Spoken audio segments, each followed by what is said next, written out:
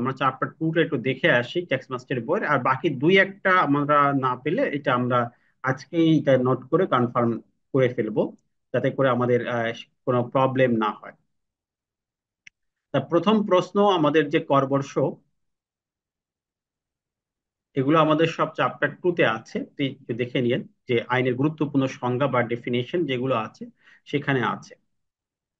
এখানে একদম প্রথম যে সংজ্ঞাটা আছে, এই 2-এর 45 সেকশন, এখানে এই নিবাসীর সংজ্ঞাটা দেওয়া আছে। এটা আমরা কি লিখবো? নিবাসী মানে হচ্ছে যিনি ধারাবাহিকভাবে আয় বর্ষে, ঠিক আছে, আয় বর্ষে, এখানে অবশ্যই আমরা আয় বর্ষটা কাউন্ট করি, আয় বর্ষে 183 দিন অবস্থান করে তাকে নিবাসী বলে। এখানে আমাদের সংক্ষিপ্ত প্রশ্ন আসতে পারে যে আয় বর্ষে কতদিন অবস্থান করলে নিবাসী হন, সেক্ষেত্রে উত্তর হবে 183 দিন। তার মানে হচ্ছে, এটা হচ্ছে যিনি বাংলাদেশে জন্মগ্রহণ করেন নাই, যিনি বাংলাদেশের রেসিডেন্স না, তিনিও যদি 183 দিন আমাদের অর্থ বছরে বসবাস করেন, তাকে নিবাসী বলা হবে। যদি প্রথম শর্ত আমার পূরণ না হয়, সেক্ষেত্রে আমরা দ্বিতীয় আরেকটি অপশনের কথা এখানে বলা আছে। দ্বিতীয় অপশনটা ক্লিয়ার, যে আয় বর্ষে আমাদের 90 দিন এবং প্রিভিয়াস 4 বছরে, অর্থাৎ পূর্ববর্তী 4 বছরে আমাদের 365 দিন অবস্থান করতে হবে। এটি কিন্তু 90 দিন প্লাস, মানে আয় বর্ষে তো 90 দিন মাস্ট, এবং প্রিভিয়াস 4 বছরে, টোটাল 5 বছরের এখানে একটা কন্ডিশন দেওয়া আছে যে প্রিভিয়াস 4 বছরে আমাদের 365 দিন অবস্থান করতে হবে, তাহলে আমরা নিবাসী হয়ে যাব। তাহলে এটা আমাদেরকে ভালো করে বুঝতে হবে যে আমাদের আয় বর্ষে 90 দিন, এবং এই আয় বর্ষের ঠিক আগের 4 বছরে আমাদের 365 দিন অবস্থান করলেই আমরা নিবাসী হিসাবে ওই ব্যক্তিকে গণ্য করব। তাহলে এখানে নিবাসীর সংজ্ঞাটা আমাদের খুবই গুরুত্বপূর্ণ। নিবাসী কারা, 2-এর 45 নম্বর সেকশনে আমাদের নিবাসী সম্পর্কে স্পষ্ট একটি ধারণা দেওয়া আছে। ওকে, তাহলে আমরা নিবাসী সম্পর্কে মোটামুটি একটি আইডিয়া পেয়ে গেলাম, নিবাসী হচ্ছে এরা। এখন আমাদের দ্বিতীয় প্রশ্নটা আমরা আসি, আয় কি? এটা কিন্তু আমাদের একদম প্রথম চ্যাপ্টারে ছিল যে আয় কি, আয়কর কি, বা এখানেও ডেফিনেশনে আমাদের আছে ইনকাম। ইনকাম বলতে কি বোঝায়, এটা হচ্ছে আমাদের এরপরে 2-এর 13 নম্বর সিরিয়ালে আছে আয়। আয় বলতে কি বোঝায় আপনি করবেন কি, এখানে ধরেন আয় বলতে কিন্তু অনেকগুলো পয়েন্ট আছে, এই সকল পয়েন্ট কিন্তু আপনি লেখার সুযোগ পাবেন না। সো ইম্পর্টেন্ট যে পয়েন্টগুলো আছে আপনাকে সেই বিষয়গুলো আমাকে গুরুত্ব দিয়ে কয়েকটি কি পয়েন্ট বা কি শব্দ, কিওয়ার্ড মনে রাখতে হবে। এই মনে রাখার মাধ্যমে আপনি এর আনসারটা করতে পারবেন। কারণ সবকিছু পড়লেই যে আপনার সব মনে থাকবে বিষয়টা এরকম না। তা আমাদের কি পয়েন্টগুলো আমরা এখানে মার্ক করব, কি পয়েন্টগুলোকে পড়বো। 1 নম্বর কথা হচ্ছে কর আরোপযোগ্য। সহজ কথা, কর আরোপযোগ্য যে কোনো উৎস থেকে আয়, প্রাপ্তি বা মুনাফা বা অর্জন। তাহলে এখানে কয়েকটা শব্দ দেখেন, আয়, প্রাপ্তি, মুনাফা বা অর্জন। তাহলে যার উপর কর আরোপ হয়, করযোগ্য যে কোনো প্রকার প্রাপ্তি হোক, মুনাফা হোক, অর্জন হোক, এগুলো সব ইনকাম ট্যাক্স অনুযায়ী আয় হিসেবে কাউন্ট করা হবে। তাহলে আপনি এখানে প্রথম যেটা মনে রাখবেন, আয়, প্রাপ্তি, মুনাফা বা অর্জন, এই শব্দটা মনে রাখবেন। দ্বিতীয় হচ্ছে উৎসে কর কর্তন। তাহলে দ্বিতীয় নম্বর হচ্ছে এই আইনের বিধানবলী অনুযায়ী যতগুলো উৎসে কর্তন হয়েছে, আপনার কাছ থেকে ট্যাক্স কর্তন হয়েছে, এটাও আয় হিসেবে কাউন্ট হবে। তার মানে কি, ধরেন ব্যাংক থেকে আপনাকে যখন ডিপিএস এর বা এফডিআর এর ইন্টারেস্ট পে করতেছে, তা ব্যাংক ইন্টারেস্ট পে করার সময় আপনার কাছ থেকে একটি টাকা কর্তন করে রাখছে। তো এই টাকাটাও আপনার কর্তৃত অর্থ। ধরেন ব্যাংক আপনাকে 10,000 টাকা মুনাফা ঘোষণা করেছে, 10,000 টাকা মুনাফা দেওয়ার সময় ব্যাংক 1,000 টাকা কর্তন করে বাকি 9,000 টাকা আপনাকে দিচ্ছে। তাহলে এই যে যে ব্যাংক যে 1,000 টাকা কর্তন করে রাখলো, এটাও আপনার আয় হিসেবে কাউন্ট। তার মানে আপনি যখন আয় প্রদর্শন করবেন, আয় দেখাবেন, তখন মূলত আপনাকে 10,000 টাকাই ইনকাম হিসেবে দেখা। এই আয় করতে যে দফা কয়ের উল্লেখিত আয় বা মুনাফার সাথে অনেক সময় সংশ্লিষ্ট ক্ষতি বা লোকসান, এটাও আমাদের আয় হিসেবে কাউন্ট হয় বা আয়ের সাথে সামঞ্জস্য হয়। ধরেন আয়ের সাথে আপনার যদি পাঁচটা আয় থাকে, সেখান থেকে যদি আপনি একটা লস করেন, একই ব্যবসা বিভিন্ন, কোনো প্রোডাক্টের লাভ হয়েছে, কোনো প্রোডাক্টে লস হয়েছে, এই টোটালটা মিলেই কিন্তু অ্যাডজাস্ট হয়ে কিন্তু আপনার ইনকামটা কাউন্ট হবে। আবার এরকম হয় অনেক সময় দেখা যাচ্ছে আমরা কোনো এক্সপেন্স করি, এটা ডিসঅ্যালাউ করা হয়, ট্যাক্স ডিপার্টমেন্ট গ্রহণ করেন, এটাও আয় হিসেবে কাউন্ট হয়। এরপর স্পষ্ট আরেকটা বলছে, তফসিল 4-এ আমাদের 8 নং অনুচ্ছেদে মিউচুয়াল ইন্স্যুরেন্স সংঘ কর্তৃক পরিচালিত ইন্স্যুরেন্স ব্যবসার আয়। তাহলে এটি মনে রাখবেন, মিউচুয়াল ইন্স্যুরেন্স সংঘ কর্তৃক যদি ইন্স্যুরেন্স থেকে কোনো প্রাপ্তি হয়, মুনাফা হয়, এটাও আয় হিসেবে কাউন্ট হয়। ঠিক আছে। এরপরে এই আইনের বিধান অনুযায়ী আয় হিসেবে গণ্য যে কোনো অর্থ বা উদ্ধৃত বা সৃষ্ট বা প্রাপ্ত হিসেবে বিবেচিত যে কোনো অর্থ, এটা আয় হিসেবে কাউন্ট হয়। আর মোস্টলি আমাদের কমন যে পয়েন্টটি আছে, কর আরোপ করা হয় এরকম যে কোনো পরিমাণ অর্থ পরিশোধ বা লেনদেন, এটা আয় হিসেবে কাউন্ট হয়। যে লেনদেনের উপর আপনি কর পরিশোধ করেন, যে লেনদেনের উপর আপনার আয়কর আরোপ হয়, এগুলো সবই আয়ের অন্তর্ভুক্ত হবে। তার মানে এখানে আমরা কিন্তু 6-7টা পয়েন্ট পাই। এছাড়া আরো কিছু আছে। আহ, যে কোনো সম্পদ অর্জন যাহা আসলে প্রাকৃতিক ভাবে হয় নাই, কোনো সৃষ্ট দায়ের মাধ্যমে হয় নাই, অর্থাৎ যে অর্জনের কোনো ব্যাখ্যা আপনি প্রপারলি দিতে পারেননি। দেখা যাচ্ছে আপনি 10 লাখ টাকার একটা সম্পদ প্রদর্শন করেছেন, কিন্তু এটা কিভাবে অর্জন করেছেন, এটা সোর্স অফ ফান্ডের ব্যাখ্যা আপনার কাছে নাই, তাহলে এটাকেও কিন্তু ইনকাম হিসেবে কাউন্ট। তাহলে আমরা মোটামুটি আকারে ক্লিয়ার হচ্ছে যে আয়গুলো কি। তো এখানে আমাদের এইগুলো হচ্ছে আয়। তাহলে আপনি প্রথমে এরকম ভাবে লিখতে পারেন, আমরা যে কোনো প্রাপ্তি, যে কোনো মুনাফা, যে কোনো অর্জন, এগুলো আয় হিসেবে কাউন্ট হবে। আহ, তারপর হচ্ছে লোকসান, আয়ের সাথে লোকসান, এটাও আয় হিসেবে কাউন্ট হবে। এরপর হচ্ছে আপনার উৎসে কর কর্তন। এরপরে মিউচুয়াল মিউচুয়াল ইন্স্যুরেন্স সংঘ কর্তৃক ইন্স্যুরেন্স ব্যবসা থেকে আয়। বাংলাদেশে উদ্ভূত যে কোনো অর্জন, যে কোনো অর্থ প্রাপ্ত, এটাও আয়। এরপর কর আরোপ করা হয়েছে এমন কোনো লেনদেনও আয়। এবং যে সম্পদের উৎস আপনি জানেন না, এটাও আয় হিসেবে কাউন্ট। তার মানে হচ্ছে এই যে 6-7টা আয় আমরা পড়লাম, এর মাঝে থেকে আপনি কয়েকটি পয়েন্ট মার্ক করবেন, কয়েকটি শব্দ মার্ক করবেন। মার্ক করে আপনি মূল বিষয়টা মনে রাখার চেষ্টা করবেন, বোঝার চেষ্টা করবেন। তাহলে আমাদের আয়টা হয়ে গেল। এরপর হচ্ছে আয়কর। আয়করটা মনে হয় আমাদের আলোচনার দরকার নেই, এটা আমরা মোটামুটি সবাই পারি। যে আয়কর আইনের আয়কর বলতে মূলত বোঝায় একজন ব্যক্তির আয়ের উপর যে কর ধার্য করা হয়, এটাকে আয়কর। অর্থাৎ তার আয়ের উপর যে কর ধার্য করা হয়, এটা হচ্ছে আয়কর। এই আয়কর বলতে শুধু যে আয়ের উপর কর এরকম না, আমাদের এখানে এই আইনে এখানে মূলত বলা হচ্ছে আহ, আয়ের উপর কর বা আর্থিক দণ্ড, জরিমানা, সুদ, ফি, চার্জ, এই সারচার্জ, এই সবগুলো আয়ের অন্তর্ভুক্ত। অর্থাৎ কর আরোপযোগ্য বা পরিশোধযোগ্য যে কোনো প্রকারের কর বা সারচার্জ, এখানে কিন্তু দুইটা শব্দ দেখেন, আয়কর বলতে কিন্তু সারচার্জকেও বোঝায়। তাহলে আমরা সহজে বলতে পারি আয়কর বলতে কি, আয়ের উপর যে কর ধার্য করা হয়, এই আয়কর বলা হয়। ঠিক আছে। কিন্তু আমরা আরো একটু ভালো করে এটাকে সংজ্ঞায়িত করতে পারি। 2-14 নম্বর, যদি আপনাদের ধারা মনে থাকে অবশ্যই ধারা লিখতে পারেন। 2-14 নম্বর সেকশনে আমাদের এটা ডিফাইন করা আছে যে এই আইনের অধীনে আমাদের পরিশোধযোগ্য বা আরোপযোগ্য যে কোনো প্রকার কর বা সারচার্জ, এটা আয়ের অন্তর্ভুক্ত হবে।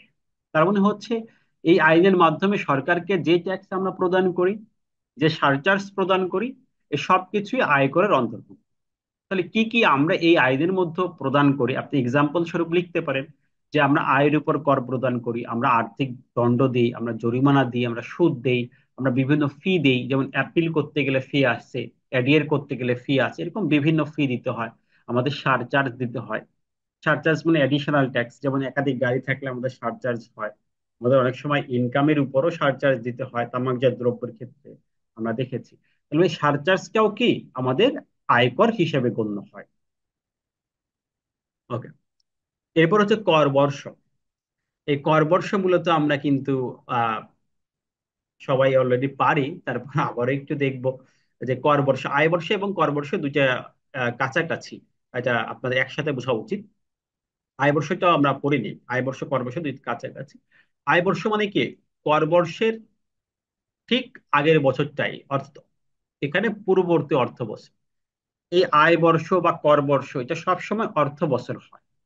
তা আমরা যে বছর কর দেই বা কর হিসাব করি, যেমন এই যে আমাদের কর বর্ষ মানে হচ্ছে অ্যাসেসমেন্ট ইয়ার, হিসাবের বছর। যে বছর আমরা হিসাব করি, যে বছর আমরা করটা হিসাব করি, এটাকে বলা হচ্ছে মূলত কর বর্ষ। আর কর বর্ষের ঠিক আগের বছর, ধরেন আমরা এখন যে অর্থ বছরে আছি, 2024-25 অর্থ বছরে এখন আছি, এটার ঠিক আগের অর্থ বছরটা, এটা হচ্ছে আমাদের কর বর্ষ, সরি আয় বর্ষ, মানে ইনকাম ইয়ার। তাহলে ইনকাম ইয়ার হচ্ছে আমাদের সাধারণত প্রথম 1 জুলাই থেকে পরবর্তী বছরের 30 জুন পর্যন্ত হয়ে থাকে। এটা এটি একটি অর্থ বছর। তবে এর ব্যতিক্রমও আছে। ব্যতিক্রম কেমন? যখন আপনার ইনকাম শুরু হয়, ইনকাম থেকে 30 জুনে এটা শেষ হয়, মানে শেষের ডেডলাইনটা স্পষ্ট, 30 জুন। ধরেন কোনো ব্যবসা আপনার শুরু হলো জানুয়ারিতে, তারপরে আপনার ইনকাম ইয়ার শেষ হবে 30 জুনে এসে। অথবা আপনার কোনো আয় শুরু হলো, যেমন আপনি নতুন করে স্যালারিতে ঢুকলেন, এর আগে আপনি জব করতেন না, আপনার যে কোনো একটি টাইমে শুরু হলো, তাহলে আপনার এটাও কিন্তু ধরেন আপনার ফেব্রুয়ারি থেকে শুরু হলো ইনকামটা, তখন আপনার 30 জুনে যে শেষ হবে। এটা হচ্ছে শুরু, যদি আমার শেষ হবে 30 জুন, যদি আয়টা ভিন্ন সময়ে শুরু হয়, পরেও শুরু হয়, তাহলে আমাদের 30 জুনে যে শেষ হবে। আবার এমন হতে পারে যে আমার হঠাৎ করে ব্যবসাটা বন্ধ হয়ে গেল, যেমন শুরু দেরিতে হতে পারে, ব্যবসা বন্ধ যে কোনো সময় হতে পারে। তা যখন আপনার বিজনেস বন্ধ হবে বা ইনকাম বন্ধ বা মৃত্যু হয়ে গেল, ইনকামটা বন্ধ হবে, সে সময় অবশ্যই 1 জুলাই থেকে ওই বন্ধ হওয়ার দিন বা মৃত্যু হওয়ার দিন পর্যন্ত বা উইডিং আপের দিন পর্যন্ত ইনকাম ইয়ার কাউন্ট করা হয়। তাহলে ধরেন আপনার জুলাইতে তো ইনকাম ইয়ার শুরু হয়েছে, কিন্তু আপনার আহ, দেখা যাচ্ছে বিজনেসটা আপনি ডিসেম্বরে বন্ধ করে দিলেন, তাহলে ডিসেম্বরে আপনার ইনকাম ইয়ার শেষ। তাহলে শুরু জুলাইতে, শেষ ডিসেম্বরে, মানে শুরুর টাইমটা ঠিক থাকবে, তাহলে শেষের টাইমটা ব্যতিক্রম হতে পারে। আবার শুরুর টাইমটা ব্যতিক্রম হতে পারে, কিন্তু শেষের টাইমটা ঠিক থাকতে পারে। তাহলে এটা কমন সেন্স আমরা লিখতে পারি। তাহলে যদি শুরু আমাদের ঠিক জুলাইতেই হয়ে থাকে, কন্টিনিউশনটা থাকে, বাট যেদিন বিলুপ্ত হবে বা অবসান হবে, সেই দিন আমাদের ইনকাম ইয়ারটা শেষ হবে। ঠিক আছে, তাহলে এভাবে করে আমরা মনে রাখলে মোটামুটি আমাদের আর ব্যাংক বীমা যে আর্থিক প্রতিষ্ঠানগুলো, তাদের হচ্ছে জানুয়ারি থেকে 31শে ডিসেম্বর পর্যন্ত, এটা একটু আমি স্পেসিফিক্যালি লিখবে যে ব্যাংক বীমা বা আর্থিক প্রতিষ্ঠান যেগুলো আছে, এদের ইনকাম ইয়ার কিন্তু 1 জুলাই থেকে 30 জুন, বিষয়টা এরকম না, এটা হচ্ছে 12 মাস। অর্থাৎ 1 জানুয়ারি থেকে আপনার 31 ডিসেম্বর পর্যন্ত এই আমাদের যে বছরটা আছে, স্বাভাবিক যে ইয়ারটা আমরা প্র্যাকটিস করি, প্র্যাকটিসিং ইয়ার হচ্ছে এদের ক্ষেত্রে। আর ইনকাম ইয়ার হচ্ছে বা অর্থ বছরটা হচ্ছে আমাদের অন্যদের ক্ষেত্রে প্রযোজ্য হয়। ঠিক আছে, তাহলে আমাদের আয় বর্ষ এর সাথে সাথে কর বর্ষটা আমরা পড়বো, যে কর বর্ষ হচ্ছে জুলাইয়ের 1 তারিখ থেকে পরবর্তী 12 মাস। অথবা আয়কর আইনের বিধানবলী অনুসারে কর এই বছরটা ভিন্ন হতে পারে। তার মানে হচ্ছে যদি আমাদের যেমন এই যে আয় বর্ষ যখন আমাদের 1 জানুয়ারি থেকে 31শে ডিসেম্বর হবে, কর বর্ষ ঠিক ওই বছরটাই হবে পরবর্তী। তার মানে হচ্ছে আমাদের ইনকাম ইয়ারের পরবর্তী বছরটাই হচ্ছে কর বর্ষ, যে বছর আমরা ইনকাম করেছি। সাধারণত ব্যক্তির ক্ষেত্রে প্রথম 1 জুলাই থেকে 30শে জুন পর্যন্ত এই অর্থ বছরকে ইনকাম ইয়ার বলা হয়। আর ঠিক ইনকাম ইয়ারের পরের বছরটাই হচ্ছে কর বর্ষ। যদি আমি অর্থ বছর চিন্তা করি, তাহলে দেখবেন কারেন্ট ফিনান্সিয়াল ইয়ার হচ্ছে আমাদের কর বর্ষ, আর এর আগের যে অর্থ বছর ফিনান্সিয়াল ইয়ার, এটি হচ্ছে আমাদের ইনকাম ইয়ার বা আয় বর্ষ। তাহলে আয় বর্ষ এবং কর বর্ষে দুইটি একসাথে আমরা শেষ করে ফেলতে পারলাম। এখানে কর বর্ষটা আছে, আয় বর্ষটা নাই, কারণ আমাদের তারপরে আমাদের পড়তে হবে এটা। করদাতা, 5 নম্বর শর্ট নোটটা, এটাও আমাদের এখানে আছে। করদাতা কারা? যিনি মূলত আয়কর প্রদান করেন। ঠিক আছে, আয়কর প্রদানকারী, এই 2-22 সংজ্ঞা পেয়ে যাবে। যিনি এই আইনে কর আরোপযোগ্য কোনো উপার্জনকারী ব্যক্তি বা আয় করেছেন। ঠিক আছে, তাহলে যিনি কর আরোপযোগ্য উপার্জন করেন, যার ইনকাম 3.5 লাখ টাকার উপরে, মানে কর হয় এমন কোন ইনকাম করেন, তিনি হচ্ছেন করদাতা। তাহলে আমাদের ক্লিয়ার হয়ে গেল করদাতা কে, যে কর আরোপযোগ্য ইনকাম করেন তিনি। তিনি রিটার্ন না দিলেও করদাতা, রিটার্ন দিলে তো করদাতাই। ঠিক আছে। তাহলে দেখেন, 1 নম্বর পয়েন্ট হচ্ছে যিনি কর আরোপযোগ্য উপার্জন করেন, ইনকাম করেন, তিনি হচ্ছেন করদাতা। এটাকে বিশ্লেষণ, এরপরে আসছে বিশ্লেষণ কি কি হতে পারে। নম্বর হচ্ছে যিনি এই আইনে কর পরিশোধ করেছেন কিন্তু অবশ্যই করদাতা হবেন। তাহলে 1 নম্বর পয়েন্ট দেখেন, কর পরিশোধকারী, যিনি এই আইনে কর পরিশোধ করেছেন, এই আইনের অধীনে কর পরিশোধকারী ব্যক্তি হচ্ছে করদাতা। এরপরে যার আয়ের সাথে অন্য ব্যক্তি আয়ের কর নির্ধারণযোগ্য। যেমন ধরেন আপনি দুইজন মিলে একটা পার্টনারশিপ করেছেন, এখন পার্টনারশিপ ফার্মে যে ইনকাম দিয়েছেন দুইজনে 50-50, সেক্ষেত্রে একজনের ট্যাক্স হয়ে যায়, তাহলে আর একজনের ট্যাক্স হওয়াটাই স্বাভাবিক এবং এটাই হবে। কারণ দুইজনে যেহেতু এই পার্টনারশিপের মালিক, তাহলে একজনের আয় নির্ণয় করতে যে অন্যজনের আয় নির্ধারণ করতে হয়, বা অপর ব্যক্তির পাওনা নির্ধারণের জন্য আরেকজনের কার্যক্রম গ্রহণ করতে হয়। দেখা যাচ্ছে আপনি 20 লাখ টাকা আরেকজনের কাছে ধার নিয়েছেন, তো তার 3 নাম্বারটাও মেনশন করেছেন। তো 20 লাখ টাকা ধার নির্ধারণ করতে যে আপনারও ইনকাম ট্যাক্স নির্ধারণ করতে হচ্ছে। তার মানে এখানে কানেকশন গুলো যদি থাকে, যে আয়ের সাথে অন্যের আয় নির্ধারণযোগ্য হয়, হারের সাথে পাওনার সাথে অন্যের আয়কর নির্ধারণযোগ্য হয়, তাহলে তিনি করদাতা হয়ে যাবেন।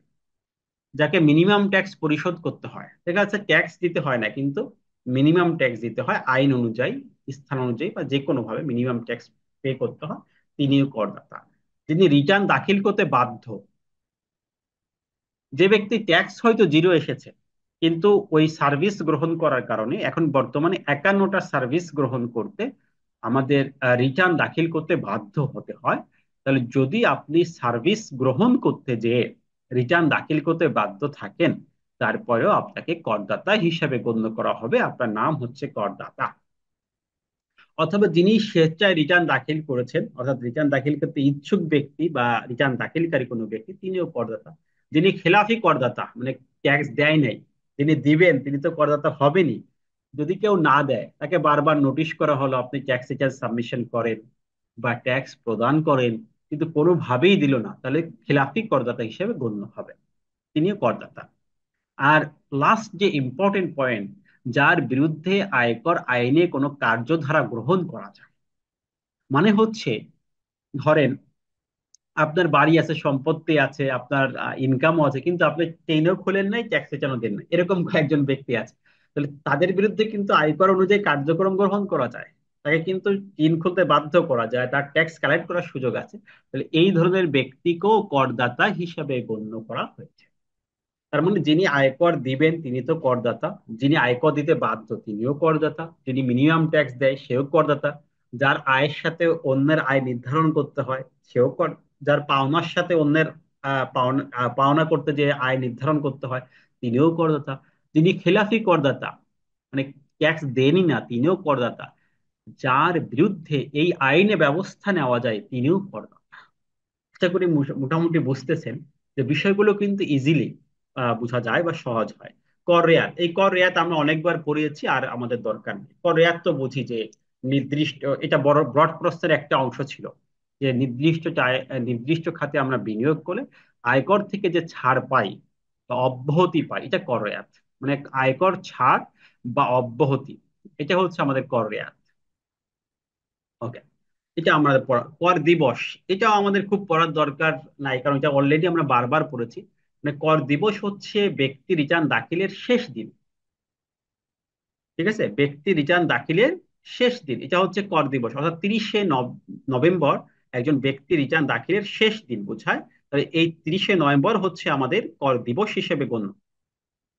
তারপরে আমরা এখানে হয়তো বা সংজ্ঞাটা থাকতে পারে, আমরা দেখে নিতে পারি। আর এটা আমাদের কর দিবসটা হচ্ছে মূলত পার্ট ওয়ানে আছে কর দিবসটা, এই জন্য এখানে আনা হয়নি পার্ট ওয়ানে। এটা আমরা বারবার পড়েছি, 30শে নভেম্বর হচ্ছে কর দিবস, অর্থাৎ ব্যক্তির রিটার্ন দাখিলের লাস্ট ডে। এই লাস্ট ডেটা হচ্ছে কর দিবস, যেদিন আমরা রিটার্ন সাবমিশন করি। হ্যাঁ, এটা আছে, তো এই জন্য আমাদের এত গুরুত্বপূর্ণ বিষয় না, এটা আমরা পড়েছি বারবার। তাহলে এটা হচ্ছে কর দিবস। এরপরে ক্ষমতাপ্রাপ্ত প্রতিনিধি, এটা আমরা গত ক্লাসে পড়েছি 327 নম্বর সেকশন। এটা যদি শর্ট নোট আকারে আসে, ব্রড প্রশ্ন আকারে পড়েছি যে 327 নম্বর ধারা অনুযায়ী একজন ব্যক্তি বা কোম্পানি কর্তার পক্ষে যিনি হাজিরা দিতে পারবেন তিনি হচ্ছে ক্ষমতাপ্রাপ্ত প্রতিনিধি, অথরিটি, লিগ্যাল অথরিটি বা অথরাইজড পার্সন। এটা কে হবেন? এটা আমরা বলেছি তিনজন ব্যক্তি হতে পারেন। একটা হচ্ছে তার ব্লাড রিলেটেড আত্মীয় স্বজন, এখানে 8জন ব্যক্তির কথা বলা আছে, পিতা মাতা সন্তান স্ত্রী ভাই বোন এরকম ভাবে তারা হতে পারেন। 2 নম্বর পয়েন্ট সেখানে বলা ছিল আপনার মনে থাকার কথা, যে তার নিযুক্ত একান্ত যিনি সার্বক্ষণিক আছেন কর্মচারী তিনি হতে পারেন। আর হচ্ছে কর আইনজীবী। কর আইনজীবীদের মধ্যে আমরা জানি যে বার কাউন্সিলের member, charter accountant, cost management accountant, charter secretary, এই যে নামগুলো আছে, এবং বোর্ড কর্তৃক পরীক্ষার মাধ্যমে নিবন্ধিত ব্যক্তি মানে আপনারা, এরা হচ্ছেন করদাতার প্রতিনিধি বা ক্ষমতাপ্রাপ্ত ব্যক্তি। এটা আমরা 327 নম্বর সেকশন ব্রড প্রস্তে গতকাল আলোচনা করেছি, তাই এটা রিপিট করলাম না। এবার খেলাফি করদাতা, এটা আমাদের করদাতার সাথে খেলাফি করদাতাও আসে। অর্থাৎ আহ, খেলাফি মানে কি? আপনি মনে রাখবেন যিনি কর পরিশোধে ব্যর্থ হয়েছেন, ঠিক আছে, যিনি এই আয়কর আইন অনুযায়ী কোনো কর পরিশোধে ব্যর্থ হয়েছেন অথবা অন্য কোনো কারণে তিনি খেলাফি করদাতা হিসেবে গণ্য হয়েছেন। খেলাফি করদাতা মানে কি? রিটার্ন সাবমিশন করেন নাই, হতে পারে আপনি রিটার্ন দাখিলে বাধ্য, রিটার্ন সাবমিশন করেন নাই, আপনার ট্যাক্স আসুক অথবা না আসুক, এই খেলাফি করদাতা। অথবা আপনার ট্যাক্স আরোপ হয়েছে, আপনি ট্যাক্সটা পরিশোধ করতে পারেন নাই। এই যে ট্যাক্স যে পরিশোধ করতে পারেন নাই, ট্যাক্স দিতে পারেন নাই, তাও আপনাকে কি বলা হবে? খেলাফি করদাতা। তাহলে খেলাফি করদাতা মানে কি? যিনি ট্যাক্স পরিশোধ করতে পারেন না, যিনি ট্যাক্স পরিশোধ থাকে না, তিনি হচ্ছেন খেলাফি করদাতা।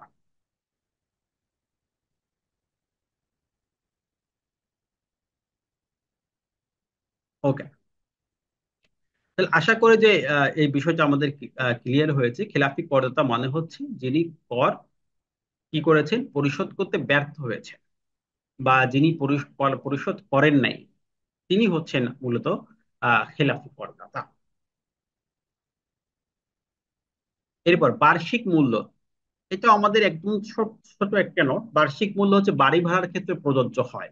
এটা আমাদের সংজ্ঞায় ডেফিনেশনে আছে যে বার্ষিক মূল্যটা কি।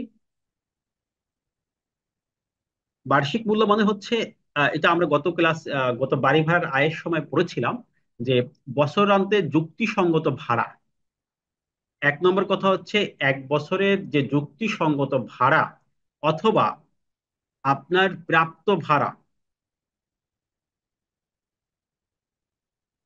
এর মধ্যে যেটা অধিক এটা হচ্ছে বার্ষিক মূল্য।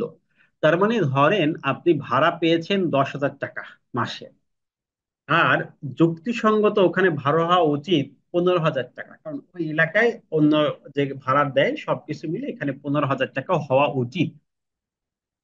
তাহলে এখানে বলা হচ্ছে দুইয়ের মধ্যে যেটা অধিক এটা হচ্ছে বার্ষিক মূল্য বাড়ি ভাড়ার ক্ষেত্রে। তাহলে একটা হচ্ছে যুক্তিসঙ্গত ভাড়া। কারণ যুক্তিসঙ্গত ভাড়া যদি 15,000 হয়,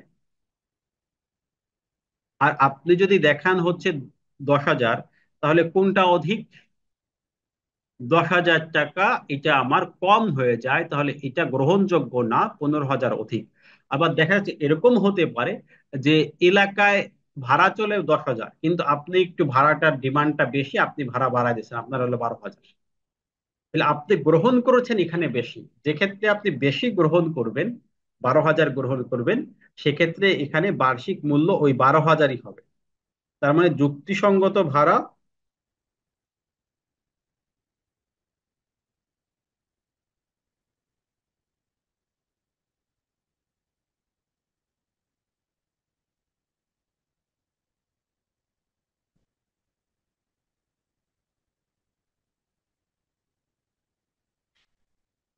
তাহলে এখানে দুটো বিষয়, একটা বার্ষিক মূল্য বলতে কি বোঝাচ্ছে, যে যুক্তিসঙ্গত ভাড়া অথবা অ্যাকচুয়াল ভাড়া।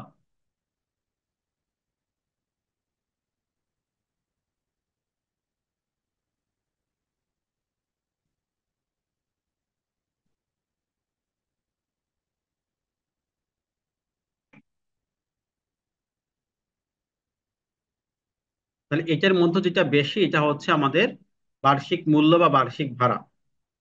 ঠিক আছে।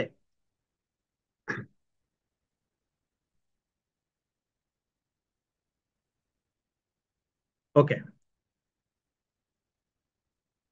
এরপরে আমাদের আরেকটা বিষয় হচ্ছে বাজার মূল্য।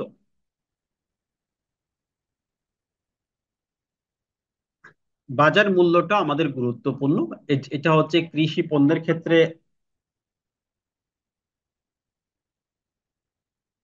কৃষি পণ্যের ক্ষেত্রে আমাদের এটা আসে, বা অনেক সময় আমাদের বাজার মূল্য নির্ধারণের প্রশ্নটা আসে।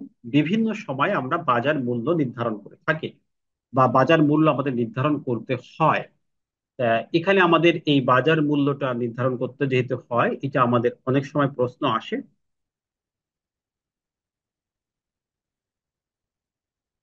বাজার মূল্যের ক্ষেত্রেও আমাদের একই নিয়ম, যে ফেয়ার মার্কেট প্রাইস যেটা আছে, যা যুক্তিসঙ্গত যেটা আছে, বা বাজারের এটা আমাদের একটা শর্টনোট আছে, আমরা একটু দেখি বাজার মূল্যটা কোথায় আছে।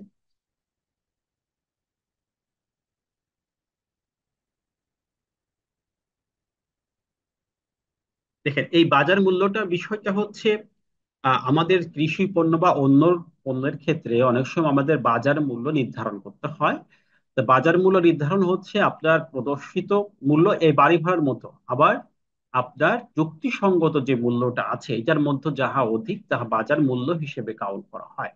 আর এখানে আমাদের এই বাজার মূল্য নির্ণয়ের ক্ষেত্রে আমাদের বাৎসরিক যে বাজার মূল্যটা আছে এটা নির্ণয়ের ক্ষেত্রে আমাদের গড় হার বের করতে হয়। গড় হার মানে কি? বাজারে তো সব সময় একই রেট থাকে না, রেটটা ভিন্ন হয়। কখনো দেখা যাচ্ছে কাঁচামালের ক্ষেত্রে আজকে 20 টাকা, কালকে 50 টাকা। তা এরকম ভাবে বাজার মূল্যের যে ভ্যারিয়েশন হয় এটা 12 মাসের যে গড়করণ করা হয়, এটাই প্রকৃত বাজার মূল্য হিসেবে গণ্য হয়। তা এটা মোটামুটি আপনার নোট লাগবে, যে বাজার মূল্য নির্ণয়ের ক্ষেত্রে আমাদের গড়টা, অর্থাৎ বছরের যে গড়টা, এটাকে কাউন্ট করা হয়। তাহলে আমরা সবসময় ঠিক রাখবো যে বাজার মূল্যের ক্ষেত্রে আমাদের বাৎসরিক যে বাজার মূল্য, কাঁচা মালের মূল্য বৃদ্ধি হতে পারে। তো এটা আমাদের কি হয়, এটা আমাদের ইয়ারলি যে গড় মূল্য, এটার মাধ্যমে আমাদের বাজার মূল্যটা নির্ধারণ করা হয়। এরপর হচ্ছে ব্যক্তি। ব্যক্তিটা আমরা আগেও পড়েছি, ব্যক্তি বলতে এই আইনে বোঝাচ্ছে যে রিটার্ন সাবমিশন করেন এই ব্যক্তি বলতে কিন্তু আর্যদের কথা বলা আছে এখানে। আপনি যদি ব্যক্তির ডেফিনেশনও আছে,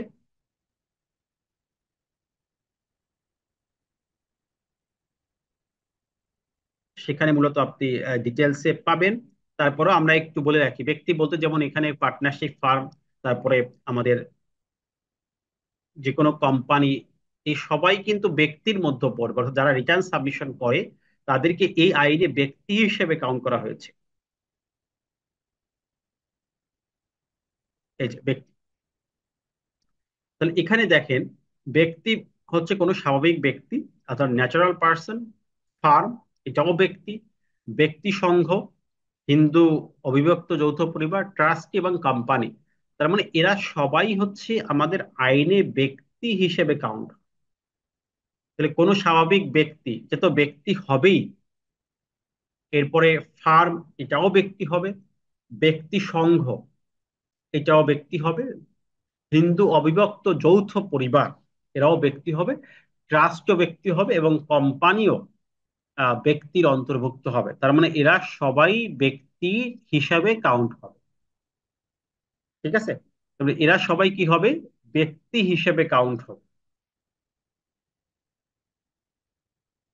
তাহলে আপনি এখানে মূলত স্বাভাবিক ব্যক্তি, পার্টনারশিপ ফান্ড, ব্যক্তি সংঘ, হিন্দু যৌথ পরিবার, ট্রাস্ট এবং কোম্পানি, এদের সবাইকেই ব্যক্তির অন্তর্ভুক্ত করতে পারেন।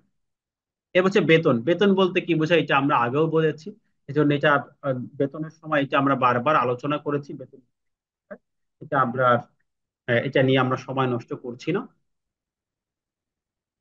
আমাদের হিন্দু ফ্যামিলি অনেক সময় একত্র ছিল, তার মানে তাদের একজন ছিল কর্তা, সকল আয় ব্যয় তার কাছে আসতো এবং সেই ট্যাক্স রিটার্ন সাবমিশন করে। এখনো আমাদের এরকম কিছু নিয়ম আছে হিন্দু ল অনুযায়ী। আহ, তাই সেই ক্ষেত্রে আমরা ওই একজন ব্যক্তিকেই কাউন্ট করি। যদি যৌথ পরিবার হয়, সব আয় যদি এক জায়গায় আসে এবং সে যদি পরিবারের খরচ বহন করে, সেক্ষেত্রে আমাদের তিনি ব্যক্তি হতে পারেন। তবে কোম্পানি কি বলা হয়, যে কোম্পানি আইনে আমাদের সংজ্ঞা দেওয়া আছে। কোম্পানি বলতে এখানে ব্যক্তি যেমন সংজ্ঞা দেওয়া আছে, কোম্পানিও সংজ্ঞা দেওয়া আছে লাস্টের দিকে।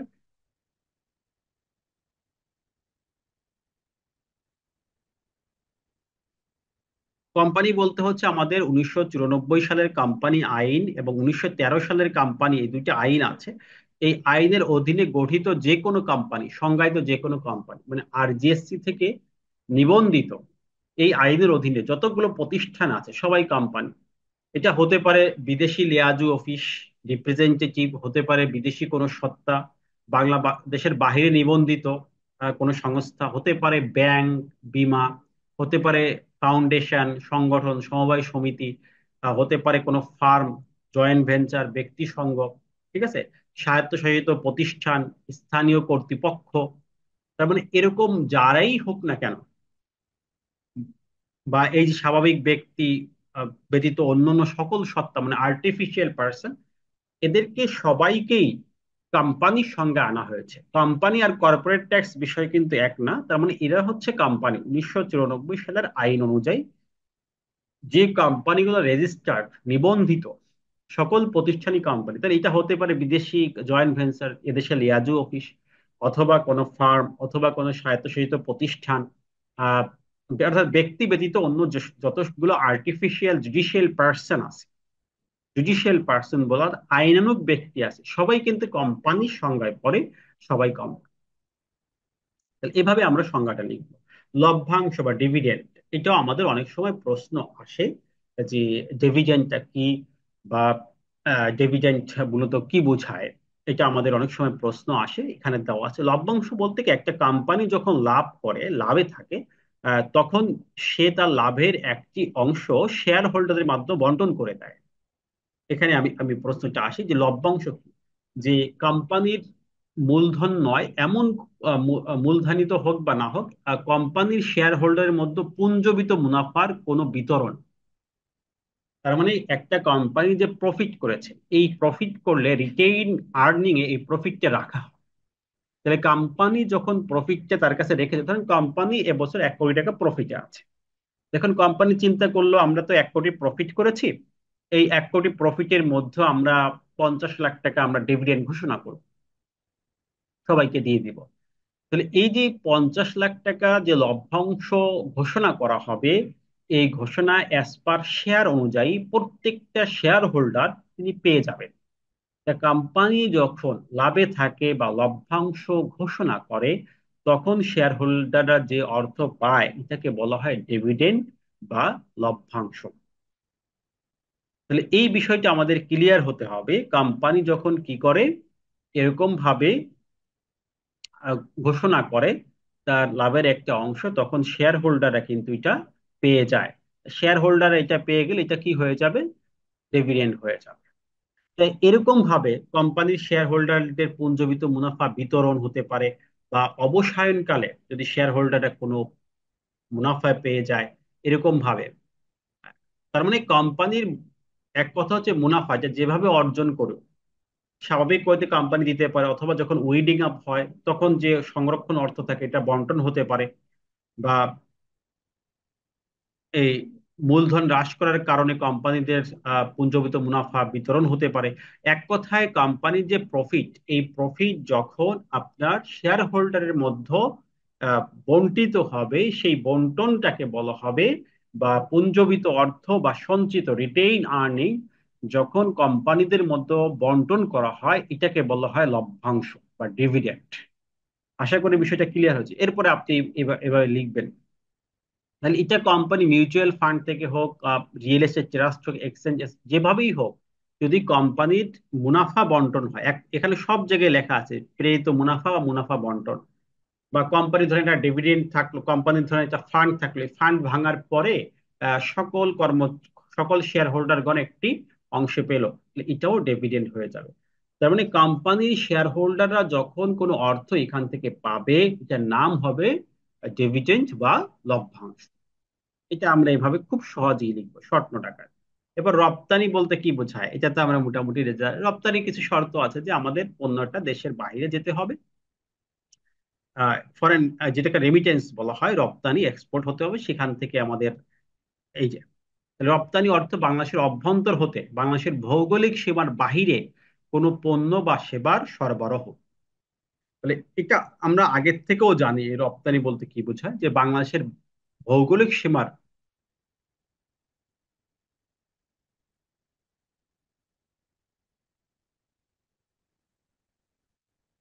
বাংলাদেশের ভৌগোলিক সীমার বাহিরে। এখানে তো আমাদের লিমিট হচ্ছে, আমাদের তো এখানে লিমিট অনেক, এটা তো আসার কথা। জয়েন তো হচ্ছে সবাই। ওকে, ঠিক আছে, আমরা এখন তো আর চেক করতে পারতেছি না যেহেতু ক্লাসের টাইম প্রায় শেষের, প্রথমে ক্লাস শেষ করে তারপরে বিষয়টা দেখবো।